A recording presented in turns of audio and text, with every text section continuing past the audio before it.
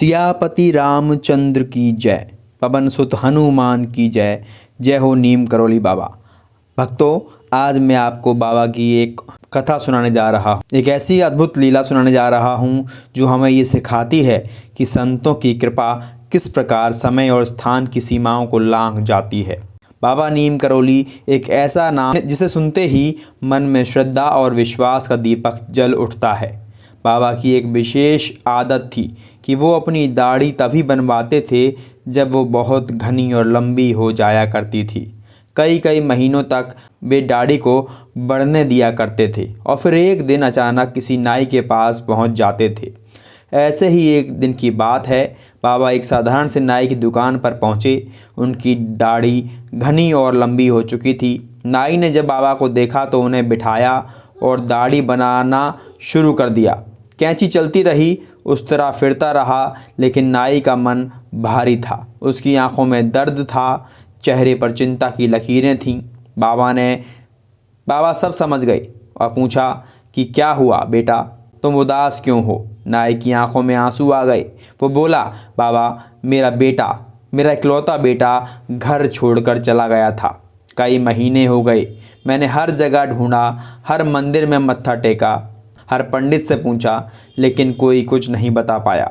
ना जाने वो कहाँ है, कैसा है, जिंदा भी है या नहीं। उसकी आवाज़ में कंपन था। बाबा ने शांत स्वर में कहा, चिंता मत करो बेटा, तुम्हारा बेटा जल्दी ही आ जाएगा। नाई ने हताश होकर कहा, बाबा सब यही कहते हैं, यही दिलासा दिया करते हैं, लेकिन आखिर वो कब आएगा। मेरी पत्नी रोते रोते बीमार पड़ गई है, घर में खुशी का नाम नहीं रहा। बाबा चुपचाप सुनते रहे। उनके चेहरे पर करुणा थी। अचानक बाबा उठ खड़े हुए। नाई चौंक गया। अरे बाबा, दाढ़ी तो अभी आधी ही बनी है। बाबा मुस्कुराए और बोले, बेटा लघु शंका को जा रहा हूँ, मुझे जाना होगा, मैं अभी लौट आऊँगा। और ऐसा कहकर बाबा वहाँ से निकल गए। उनकी दाढ़ी आधी बनी थी, आधी अधूरी थी। नाई हैरान था। उसने सोचा, अजीब बाबा हैं, दाढ़ी आधी छोड़कर ही चले गए। कुछ देर बाद बाबा वापस लौटे। उन्होंने आकर शांति से दाढ़ी पूरी बनवाई, पैसे दिए और चले गए।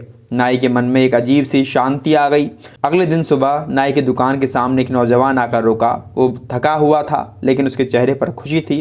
उसने कहा, पिताजी।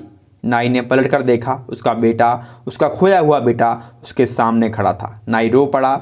उसने अपने बेटे को गले से लगा लिया और कहा, बेटा तू कहाँ था, अचानक कैसे लौट आया। तब उस बेटे ने बताया कि पिताजी, कल मुझे एक बाबा मिले थे। बहुत अजीब बात थी, उनकी दाढ़ी आधी बनी हुई थी, मानो किसी ने बीच में ही बनानी छोड़ दी हो।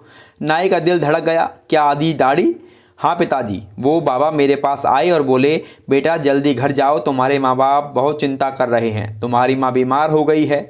उन्होंने मुझे टिकट के पैसे भी दिए और कहा, देर मत करो, आज ही चले जाओ। नाई की आंखों में आंसू बह निकले। वो समझ गया कि वे बाबा कोई असाधारण इंसान नहीं थे। बाबा ने आधी दाढ़ी बनवाकर जो समय बचाया था वो उन्होंने उसके बेटे को ढूंढने में लगाया था। बाबा एक ही समय पर दोनों जगह मौजूद थे, एक यहाँ नाई की दुकान पर और दूसरे कहीं दूर उनके बेटे के पास। ये है संतों की महिमा। वे हमारे दुख देखते हैं, हमारी पीड़ा सुनते हैं और बिना कुछ कहे, बिना दिखावे के हमारी मदद करते हैं। भक्तों, आपको एक कथा कैसी लगी हमें कमेंट करके ज़रूर बताएं। अगर आप इस चैनल पर नए हैं तो चैनल को सब्सक्राइब करें, वीडियो को लाइक करें और कमेंट में लिखें जय श्री राम। इस तरह के और वीडियो के लिए देखते रहिए, बने रहिए नीम करौली कथा के साथ। जय श्री राम।